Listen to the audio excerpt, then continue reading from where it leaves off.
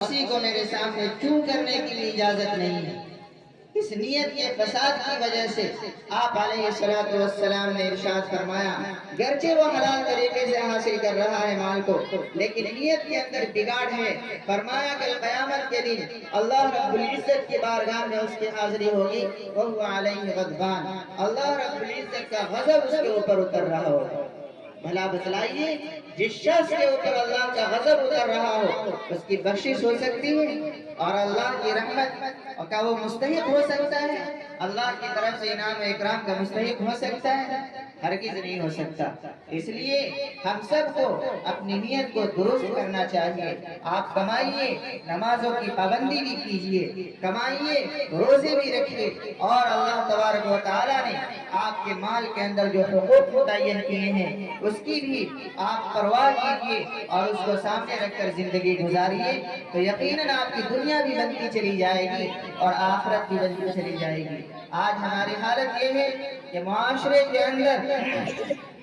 حرام خوری کی بازار جو وہ گرم ہوتا چلا جا رہا ہے۔ انٹرسٹ کی رقم کو لوگ اپنا بالکل مقبوضہ مال سمجھتے ہیں اور اس کے اندر عار کی بھی بات ختم ہوتی جا رہی ہے۔ بالکل ڈھٹائی کے ساتھ لوگ سود خوری کے اندر مبتلا ہو رہے ہیں۔ آج شاید ضلع کا کوئی ایسا گاؤں ہو جس کے اندر یہ جو سموہ والا جو سود کا رواج چلا ہے، شاید وہ کوئی بستی خالی ہو اور کوئی گھر خالی ہو۔ میرے محترم بزرگوں، دینی بھائیوں، یہ اتنی بڑی لعنت ہے اور اتنا بڑا ناسور ہے کہ اس کا جتنا بھی رونا رویا جائے وہ کم ہے۔ آج ہمارے معاشرے کے اندر جو گھر ہیں جو باعزت سمجھے جاتے ہیں اور جن گھروں کی عورتوں کو شاید ان کے خاندان کے افراد نے بھی نہ دیکھا ہوگا، آج وہ عورتیں اپنے چہروں کو کھول کر ان آفیسرز کے سامنے جاتی ہیں جو سود کی رقم کو تقسیم کرنے کے لیے گاؤں کے اندر آتے ہیں اور ان کے سامنے جا کر اس سے پیسے کا مطالبہ کرتی ہیں۔ اور آپ کو معلوم ہے کہ پیسے کا مطالبہ جب ان سے کیا جاتا ہے اور جب وہ وقت پر پیسہ ادا نہیں کر پاتی ہے تو اسے آفس کے اندر بلایا جاتا ہے اور پھر اس کے بعد جو بے راہ روی کی صورت ہے آپ اس کا تصور کر سکتے ہیں۔ اس طریقے سے آج ہماری بہنوں کا استحصال کیا جا رہا ہے۔ ہمارے نوجوانوں کو اس بات کے اوپر بہت زیادہ توجہ دینے کی ضرورت ہے۔ دیکھیے، غیروں کے ساتھ ہم اپنا مقابلہ نہیں کر سکتے۔ ہم یہ نہیں کر سکتے کہ پوری دنیا جو ہے وہ سود کھا رہی ہے تو ہمیں کھانے میں کوئی حرج نہیں ہے۔ نہیں، پوری دنیا آزاد ہے، لیکن ہماری گردنوں کے اندر اللہ تبارک و تعالیٰ نے اسلام کی مضبوط رسی ڈال رکھی ہے۔ اگر ہم اللہ کے بنائے ہوئے قانون کے مطابق چلتے ہیں اور اللہ تبارک و تعالیٰ نے جس نقشہ عمل کو متعین کر دیا ہے اس کے اوپر ہماری زندگی گزرتی ہے تو ٹھیک ہے، ورنہ اللہ کا شدید عذاب ہم سب کے انتظار میں کھڑا ہے۔ میرے محترم بزرگوں، دینی بھائیوں، اکل حلال کا انسانی زندگی کے اندر بہت بڑا دخل ہے۔ آدمی کا جب لقمہ حلال ہوتا ہے تو پھر اس سے دنیا کے اندر اس کی زندگی کے اندر صلاح و فلاح کے کارنامے جو وجود میں آتے ہیں، اور اگر لقمہ حرام ہو جائے تو طرح طرح کے بگاڑ جو وہ پیدا ہوتے چلے جاتے ہیں۔ ہمارے اکابرین جو گزرے ہیں، آپ ان کی زندگی کا مطالعہ کیجیے، کس طریقے سے کسب و فرسی کی حالت میں انہوں نے زندگی گزاری ہے، لیکن سود کے ایک درہم اور ایک روپیے کو استعمال کرنا انہوں نے پوری زندگی کے لیے حرام سمجھا اور کسی کے سامنے ہاتھ نہیں پھیلایا۔ دیوبند کے اندر شروع زمانے میں ایک بزرگ تھے، وہ پڑھے لکھے زیادہ نہیں تھے لیکن صاحب نسبت آدمی تھے، بزرگ آدمی تھے، میاں جی شاہ عبداللہ رحمۃ اللہ علیہ۔ ان کا مشغلہ یہ تھا کہ پورے دن جنگل کے اندر جا کر گھاس کھودا کرتے تھے اور اس گھاس کو لا کر شام میں دیوبند کے بازار میں بیچ دیا کرتے تھے۔ شاہ جی کی گھاس لینے کے لیے لوگوں کی لمبی لائن لگا کرتی تھی۔ جو شخص دوڑ کر ان کی گھاس کے اوپر ہاتھ رکھ دیتا تھا اسی سے وہ گھاس کی اس گٹھر کو 6 پیسے کے اندر بیچا کرتے تھے۔ دیکھیے کس قدر دینی مزاج ہوتا تھا۔ 6 پیسے کے اندر گھاس کے اس گٹھر کو بیچتے تھے، 2 پیسہ اسی وقت اللہ کے راستے میں خرچ کر دیا کرتے تھے، 2 پیسے سے اپنے گھر کی ضرورت پوری کرتے تھے اور 2 پیسہ بچا بچا کر رکھتے تھے۔ سال بھر کے اندر جب 6-7 روپے جمع ہو جاتے تھے تو ان روپیوں سے اکابر دارالعلوم دیوبند کی دعوت کیا کرتے تھے. سال میں ایک مرتبہ دارالعلوم دیوبند کے پہلے صدر مدرس حضرت مولانا یعقوب نانوتوی رحمت اللہ علیہ وہ فرماتے ہیں کہ سال بھر ہمیں شاہ جی کی دعوت کا انتظار رہتا ہے. لوگوں نے پوچھا کہ اس کی کیا وجہ ہے؟ فرمایا کہ ایک دن شاہ جی کے یہاں کھانا کھاتا ہوں تو 40 دن تک دل کے اندر نورانیت محسوس ہوتی ہے. نورانیت کیا ہے؟ فرمایا کہ بار بار یہ خیال آتا ہے اور یہ جذبہ بیدار ہوتا ہے کہ نماز پڑھ لوں، قرآن کریم کی تلاوت کر لوں، ذکر و اذکار کر لوں، اور فلاں کام اللہ کی رضا کے لیے کر لیا جائے اور فلاں کام کو انجام دے دیا جائے. یہ رزق حلال کی برکت ہے. آدمی کا جب لقمہ حلال ہوتا ہے تو اس سے دل کے اندر نورانیت محسوس ہوتی ہے، نورانیت پیدا ہوتی ہے، اور اس کا اثر یہ ہوتا ہے کہ اس سے اچھائیوں کا صدور ہوتا ہے، نیک اعمال اس سے صادر ہوتے ہیں. لیکن جب لقمہ حرام ہوتا ہے تو پھر اس کی وجہ سے دل کے اندر نحوست پیدا ہوتی ہے، دل تاریک ہوتا ہے، اور پھر انسان کے اندر یہ خیال آتا ہے کہ فلاں گناہ کو انجام دے دیا جائے اور فلاں جو ہے معصیت کو کر لیا جائے اور فلاں کام اللہ کو ناراض کرنے کے لیے کر لیا جائے. اس طرح کے خیالات جو انسان کے ذہن و دماغ کے اندر آتے چلے جاتے ہیں. اس لیے خصوصیت کے ساتھ اللہ رب العزت نے پیغمبروں کو اکل حلال کا حکم دیا ہے، حلال روزی کھانے کا حکم دیا، اور مسلمانوں کو بھی حکم دیا، اور اس سے آگے بڑھ کر عام انسانوں کو بھی اکل حلال کا اللہ تبارک و تعالیٰ نے حکم دیا ہے. میرے محترم بزرگوں اور دینی بھائیوں، آپ یقیناً ضرورت ہر ایک کے ساتھ ہوتی ہے اور مجبوری کی حالت ہو تو الگ ہے، لیکن معمولی ضرورت کی وجہ سے اس طرح سے سودی معاملات کے اندر ہمیں ہمارا اور آپ کا لگنا یقیناً یہ اللہ کے غضب کو دعوت دینے والا ہے. اللہ رب العزت نے فَأَذَنُوا بِحَرْبٍ مِّنَ اللَّهِ وَرَسُولِهِ، سود کے رقم جو استعمال کرنے والے لوگ ہیں، اللہ کی طرف سے ان کے لیے اعلان جنگ ہے. اس کے اندر ہمت اور یہ طاقت ہے کہ اللہ تبارک و تعالیٰ سے جنگ اور لڑائی کر سکتے ہے. کسی کے اندر ہمت کسی اور گناہ کے اوپر اتنا بڑا چیلنج اور اس طرح کا جملہ نہیں کہا گیا، لیکن سود کی حرمت کے بارے میں اللہ رب العزت نے اتنے سخت انداز میں اللہ رب العزت نے فرمایا کہ اگر سود سے یہ لوگ باز نہیں آتے ہیں تو ان کو ہم سے مقابلہ آرائی کے لیے تیار ہو جانا چاہیے. ہم سب کے آقا و مولا جناب محمد رسول اللہ صلی اللہ علیہ وسلم نے ارشاد فرمایا درہم ریبا اشد من 36 زنیہ، سود کا ایک درہم اور ایک روپیہ 36 مرتبہ زنا کے مقابلے میں بڑھا ہوا. ایک طرف ایک شخص ہے، اس نے 36 مرتبہ زنا کیا، اور اس طرف دوسرا شخص ہے، اس نے سود کا ایک روپیہ استعمال کیا ہے. شریعت یہ بتلاتی ہے، جناب محمد رسول اللہ صلی اللہ علیہ وسلم یہ ارشاد فرماتے ہیں کہ اس شخص کے گناہ کو 36 مرتبہ جس نے زنا کیا ہے اس کے گناہ کو ترازو کے ایک پلڑے میں رکھا جائے، اور جس نے سود کا ایک روپیہ استعمال کیا ہے اس کے گناہ کو ترازو کے دوسرے پلڑے میں رکھا جائے تو سود والا جو گناہ ہے وہ جھک جائے گا وہ پلڑا، اور زنا کا جو گناہ ہے وہ پلڑا جو ہے وہ اٹھ جائے گا. میرے محترم بزرگوں دینی بھائیوں، یہ حدیث ہم سب کو چونکا دینے والی ہے.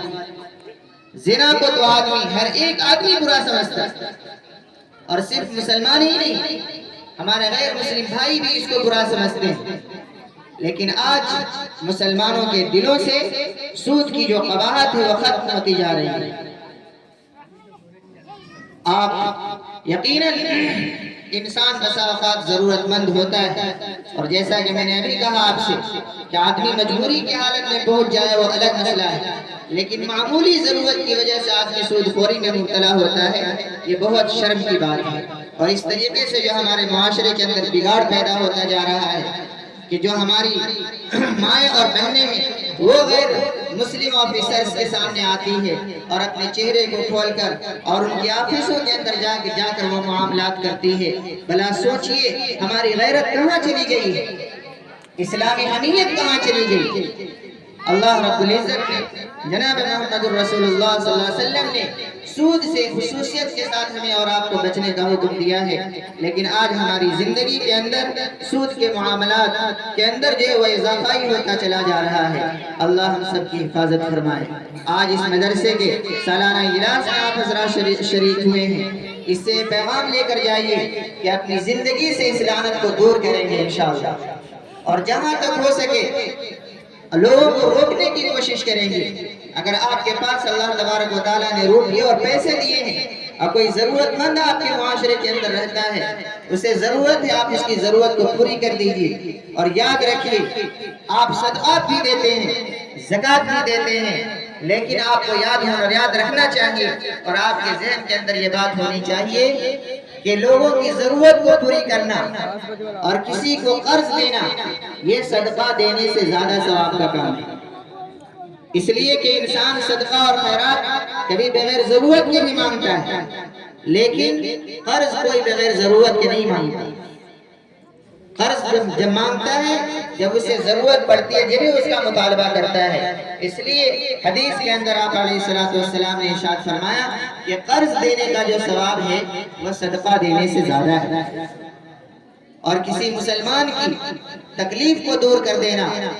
اور اس کے مشقت میں شریک ہو جانا یہ کتنا بڑا عمل ہے۔ آپ علیہ السلام نے فرمایا من نفس عن مسلم کربہ نفس اللہ کربۃ من کربات یوم القیامہ، کہ جو شخص کسی مسلمان کی مصیبت کو دور کرتا ہے، ہلکی سی مصیبت کو بھی دور کر دیا، اللہ تبارک و تعالی قیامت کی بڑی مصیبتوں سے اسے چھٹکارا دلا دیا۔ میرے محترم بزرگوں، دینی بھائیوں، یہ تو عقل حلال کے حوالے سے ہم سب کے سامنے بات آئی ہے، اور اپنے بچوں کے ایجوکیشن کے حوالے سے دیکھیے ہماری شریعت جو ہے اس کا پورا مدار وحی الہی پر ہے، اور اللہ تبارک و تعالیٰ نے وحی کے ذریعے اس دین کو اور اس شریعت کو ہم تک پہنچایا ہے، اور ہم اور آپ اس دنیا کے اندر یوں ہی نہیں بھیجے گئے بلکہ کائنات کی ساری چیزوں کو لگا کر اللہ تبارک و تعالیٰ نے ہمیں اور آپ کو اپنے اندر لگنے کا حکم دیا ہے۔ کائنات کی ساری چیزیں، کائناتی نظام ہو، فلکی نظام ہو یا زمینی نظام ہو، یہ سب انسانی فائدے کے لیے برپا کیے گئے ہیں، اور انسان کو اللہ تبارک و تعالیٰ نے خود اپنے لیے پیدا کیا ہے، لیکن آج اس مقصد کو فراموش کر کے ہماری اور آپ کی زندگی گزر رہی ہے۔ یقین جانیے جیسا کہ ابھی حضرت مولانا انوار اللہ فلک صاحب نے فرمایا کہ مستقبل کے بارے میں ہم لوگ بہت فکر مند ہیں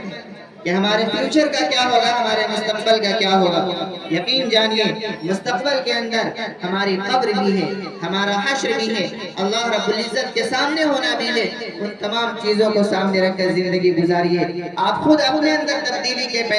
فکر پیدا کیجیے۔ والدین سامنے آ کر شکایت کرتے ہیں کہ مولانا صاحب آپ کا طالب علم اور آپ کا شاگرد مدرسے سے آیا نماز کی پابندی نہیں کرتا اور ماں باپ کی بات نہیں مانتا اور فلاں کام نہیں کرتا، فلاں کام نہیں کرتا، لیکن ان کو خود اپنی فکر نہیں ہوتی۔ حضرت مولانا نسیم صاحب ہمارے استاد ہیں، ان سے کسی نے شکایت کیا کہ مولانا آپ کے یہاں میرا بچہ پڑھتا ہے، گھر آ کر نماز کی پابندی نہیں کرتا ہے۔ مولانا نے فرمایا کہ مدرسے میں اپنے اساتذہ کو نماز پڑھتے ہوئے دیکھتا ہے تو نماز کی پابندی کرتا ہے، اور گھر میں جا کر دیکھتا ہے کہ ماں باپ نماز نہیں پڑھ رہے تو بھی نہیں پڑھتا ہے۔ تو یہ صحیح بات ہے، انسان بچہ جب ماں باپ کو جس رنگ میں دیکھتا ہے اسی رنگ میں ڈھلنے کی کوشش کرتا ہے۔ یقین جانیے آج ہمارے ایمان کے لٹیرے جگہ جگہ پڑے ہوئے ہیں، اور اس بات کی کوشش کی جا رہی ہے کہ ہم سے ہمارے تشخص کو چھین لیا جائے، مسلمانوں سے ان کی آئیڈینٹیٹی کو ختم کر دیا جائے، اور ان کو ایسے چوراہے پہ لا کر کھڑا کر دیا جائے کہ وہ پہچانے نہ جائیں یہ عیسائی ہے، یہودی ہے، نصرانی ہے یا کسی اور مذہب اور دھرم کو ماننے والے ہیں۔ اور اس بات کی کوشش فلموں کے ذریعے سے کی جا رہی ہے، ڈراموں کے ذریعے سے کی جا رہی ہے، سیریلز کے ذریعے سے کی جا رہی ہے، اور بہت ابھی کچھ زمانہ پہلے تو اس بات کی کوشش لوگ انفرادی طور پر کیا کرتے تھے، لیکن آج حکومتی سطح کے اوپر اس بات کی کوشش کی جا رہی ہے کہ مسلمانوں سے ان کے تشخصات کو ختم کر دیا جائے۔ محمد الرسول اللہ صلی اللہ علیہ وسلم کی لائی ہوئی شریعت سے انہیں دستبردار کر دیا جائے۔ یقین جانیے ہمیں اور آپ کو ابھی فیصلہ کرنا ہوگا کہ ہم سب مسلمان ہیں اور اسلام پیغام ہم تک یوں ہی نہیں پہنچا ہے، بلکہ اس کے لیے صحابہ کرام نے اپنی بیویوں کو بیوہ بنایا، اپنے بچوں کو یتیم کیا، اپنی جانوں کا نذرانہ پیش کیا ہے، لاکھ جتن اور کروڑوں قربانیوں کے بعد یہ دین ہم تک پہنچا ہے۔ آج چونکہ ہمیں اس کی قربانیوں کا اور اس کی تاریخ کا علم نہیں ہے، اس لیے ہمارا ذہن اس کی طرف نہیں جاتا اور ہماری توجہ اس کے اوپر نہیں ہوتی۔ آپ کے جو بچے ہیں یہ اللہ تعالیٰ کی امانت ہے، اور ان کے بارے میں ہم سے اللہ تبارک و تعالیٰ پوچھیں گے۔ اس امانت کی فکر کیجئے، اور فکر کی صورت یہ ہے کہ اول نمبر پر ان کو مسلمان بنانے کی فکر کیجئے۔ آج جو ملک کا نقشہ ہمارے سامنے ہے، 10-15 سال کے بعد جو صورت ہونے والی ہے اور جو منظر ہمارے اور آپ کے سامنے والا ہے، وہ یقیناً ناگفتہ ہوگا، اور اسلام اور مسلمانوں کو اسلام کے اوپر قائم رہنا نہایت ہی مشکل ہو جائے گا۔ جیسا کہ ایک حدیث میں آپ علیہ السلام نے ارشاد فرمایا کہ ایک زمانہ آنے والا ہے، اسلام کے اوپر قائم رہنے والا شخص ایسا ہوگا گویا اس نے اپنے ہاتھ کے اندر چنگاری کو پکڑ رکھا۔ انسان چنگاری کو اپنے ہاتھ پر پکڑے، اس کو کتنی تکلیف ہوگی اور کتنی صبر آزمائے بات ہو سکتی ہے۔ آپ علیہ السلام نے فرمایا کہ اس زمانے کے اندر ایمان کے اوپر قائم رہنا نہایت ہی مشکل ہو جائے گا، اور اتنا مشکل ہو جائے گا کہ جیسا کہ کسی شخص نے اپنے ہاتھ کے اندر چنگاری کو تھام رکھا۔ اس لیے اپنے بچوں کو اور خود اپنے آپ کو بھی صحیح معنوں میں مسلمان بنانے کی فکر کیجئے، ورنہ اللہ رب العزت کی بارگاہ میں ہم سب کو جواب دہ ہونا ہوگا۔ یہ چند باتیں آپ حضرات کے سامنے آئی ہیں کہ ہماری زندگی کے اندر اکل حلال کی فکر ہو، حلال طریقے سے ہم دنیا کو حاصل کریں، اس کا اچھا اثر ہماری زندگی کے اندر مرتب ہوگا، اور اپنا سود کی رقم جو ہے اسے اپنے لیے حرام سمجھے اور اس سے خود بھی بچے، اور جہاں تک ممکن ہو لوگوں کو بچانے کی فکر کرے، اور اسی طریقے سے اپنے بچوں کی فکر کرے، اول نمبر پر انہیں مسلمان بنائے، اور اس کے بعد آپ ڈاکٹر بنائیے، انجینئر بنائیے۔ شریعت اسلامیہ کے اندر کسی علم اور فن کے بارے میں کوئی ممانعت کی بات نہیں ہے۔ اللہ تبارک و تعالی ہمیں اور آپ کو کہنے سننے سے زیادہ عمل کی توفیق عطا فرمائے۔ یہ ادارہ جو خدمت کر رہا ہے، اللہ تعالیٰ اس کے خدمات کو قبول فرمائے۔ آپ حضرات سے میری گزارش ہے کہ قاری شعیب صاحب ربانی نے جس مشن کو لے کر اپنے قدم کو بڑھایا ہے، آپ ان کے ہاتھ کو مضبوط کیجئے، آپ ان کے ہاتھ کو مضبوط کیجئے۔ آپ اپنے زبان کے ذریعے سے اور اپنے جیب کے ذریعے سے آپ ان کی مدد کریں گے، انشاءاللہ اسلامی تہذیب و ثقافت اور علوم اسلامیہ کی نشر و اشاعت جو آج یہ ادارہ جس سطح سے کر رہا ہے، انشاءاللہ اس کا معیار بلند ہوتا چلا جائے گا، اور اس کا فائدہ پوری قوم کو پہنچے گا انشاءاللہ۔ اللہ اس کی ہمت و توفیق عطا فرمائے۔ آمین وآخر دعوانا الحمدللہ رب العالمین۔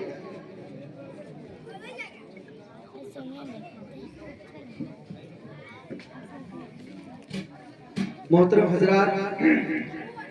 یہ تھے مولانا عبداللہ صاحب، استاد حدیث اشرف العلوم کنوا، جو آپ کے سامنے ناصحانہ گفتگو فرما رہے تھے۔ اب میں اس کے بعد برکت اللہ پوپری کو دعوت دیتا ہوں کہ وہ اسٹیج پر آئیں اور نعت نبی گنگنائیں۔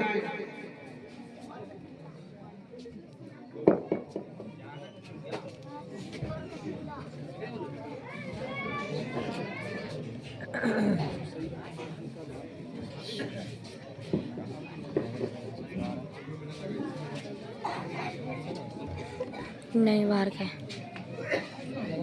نہیں۔ السلام علیکم ورحمۃ اللہ وبرکاتہ۔ آئیے حضرات، نعتیہ کلام پڑھنے سے پہلے آپ تمام حضرات کی عدالت میں کچھ اشعار پیش کرنا چاہتا ہوں، درخواست ملاحظہ فرمائیں۔ کبھی الحمدللہ،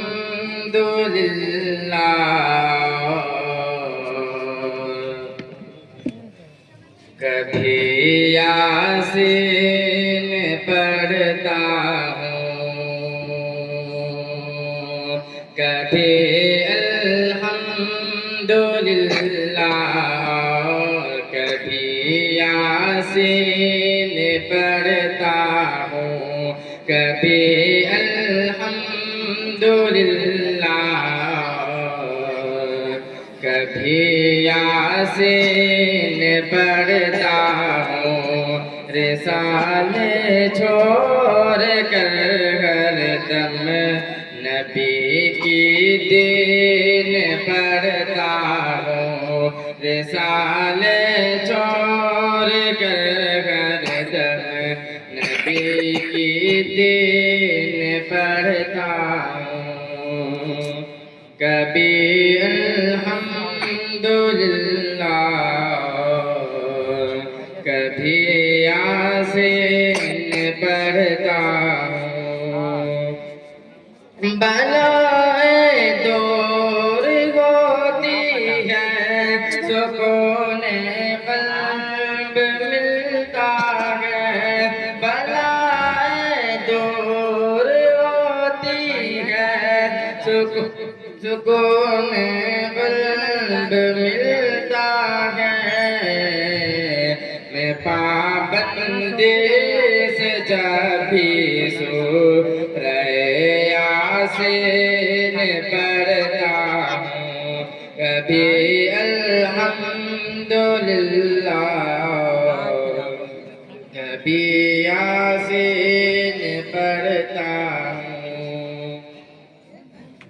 نعت شریف پڑھتا ہوں درخواست مرضا فرمائیں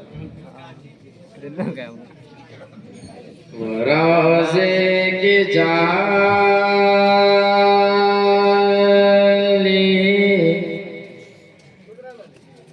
وہ روزے کی جالی وہ طیبہ کا منظر وہ روزے کی جالی وہ طیبہ کا منظر وہ روزے کی جالی وہ طیبہ کا منظر ان آنکھوں میں کبے سے بسائے ہوئے ہیں وہ روزے کی جالی وہ طیبہ کا منظر کہ وہ روزے کی جالی وہ طیبہ کا منظر ان آنکھوں میں کب سے بسائے ہوئے گئے وہ روزے کی جالی وہ طیبہ کا منظر ان آنکھوں میں کب سے بسائے ہوئے ہیں یقیناً بلائے کہ سرکار کے دن یقیناً بلائے کہ سرکار کے دن یہی آس ہم بھی لگائے ہوئے ہیں وہ روزے کی جالی وہ طیبہ کا منظر زمانے میں بے انتہا ظلم ڈھائے زمانے میں بے انتہا ظلم ڈھائے مگر سفر کا دامن نہ چھوڑا زمانے میں بے انتہا ظلم ڈھائے اس زمانے میں بے انتہا ظلم ڈھائے مگر سفر کا ہم نے دامن نہ چھوڑا زمانے میں بے انتہا ظلم ڈھائے مگر سفر کا ہم نے دامن نہ چھوڑا کدھر مصطفیٰ جس گھری جائیں گے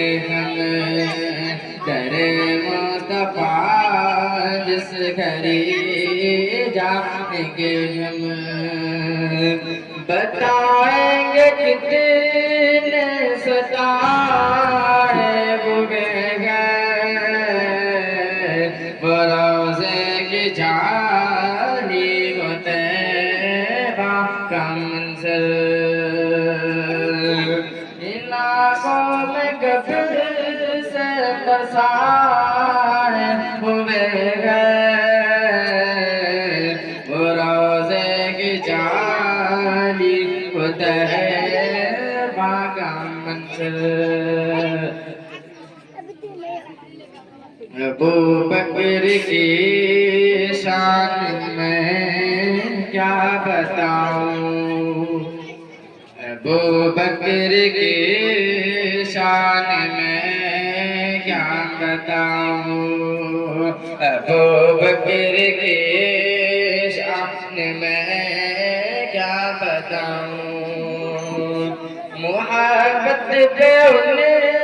کی میں قربان جاؤں ابو بکر کی شان میں کیا بتاؤں کہ ابو بکر کی شان میں کیا بتاؤں محبت پہ ان کی میں قربان جاؤں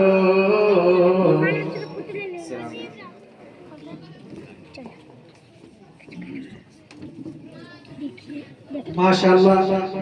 یہ تھے برکت اللہ پوپری جو آپ کے سامنے نعت نبی گنگنا رہے تھے. اس کے بعد میں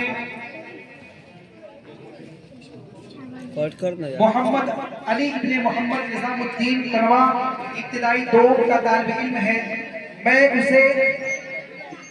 دعوت دیتا ہوں کہ وہ آئیں اور تقریر پیش کریں.